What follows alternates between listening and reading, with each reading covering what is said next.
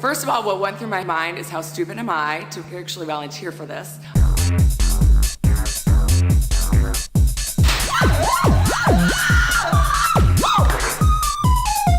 Salut, ceci est le 10e module que je réalise sur le sujet du design thinking et sur le sujet de la créativité.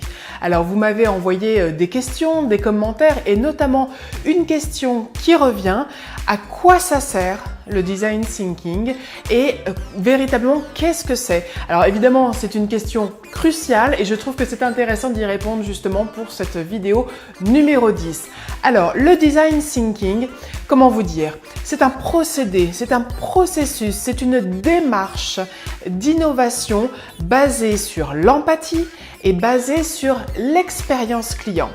Alors je vous vois déjà me dire, mais c'est la R&D. La R&D, la recherche et le développement répond déjà à ce besoin d'innover. Eh bien, oui et non. En fait, pas tout à fait.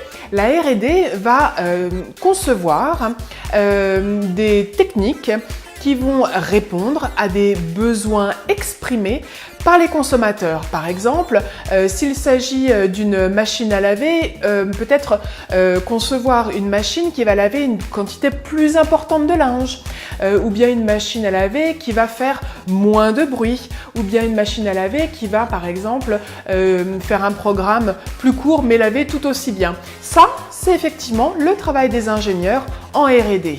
Le design thinking a une approche très différente parce que déjà, il ne va pas répondre à une demande exprimée par les consommateurs. Le design thinking est basé sur l'empathie. Donc il va d'abord observer les utilisateurs. Il va d'abord observer comment vous utilisez les objets, comment vous vous déplacez et éventuellement vous poser des questions quant à ce que vous ressentez lorsque vous faites telle ou telle action. Et dès lors, on va pouvoir imaginer des solutions innovantes qui véritablement répondent à votre problématique, mais pas une problématique exprimée avec votre parole, une problématique exprimée avec vos gestes et la limite finalement de l'usage que vous avez de certains produits ou services. C'est très différent. Vous n'exprimez pas concrètement ce dont vous avez besoin. Et parfois d'ailleurs, quand vous exprimez ce dont vous avez besoin, c'est pas tout à fait juste. Le design thinking, par l'observation, par l'empathie, se met à votre place. Et c'est là la nouveauté. Quelques exemples. Le brossage des dents.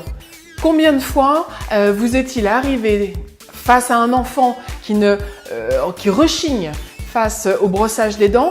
Voilà, vous avez imaginé des jeux pour rendre cet acte d'hygiène absolument nécessaire plus fun. Eh bien, les gens du design thinking ont réfléchi et ont proposé une brosse à dents ludique qui permet une certaine personnalisation de cet objet et qui rend le brossage des dents plus ludique. De la même façon, vous savez, l'ascenseur à cornichons, vous en aviez marre de mettre les doigts dans le pot de cornichons et de ressortir avec vos doigts pleins de vinaigre.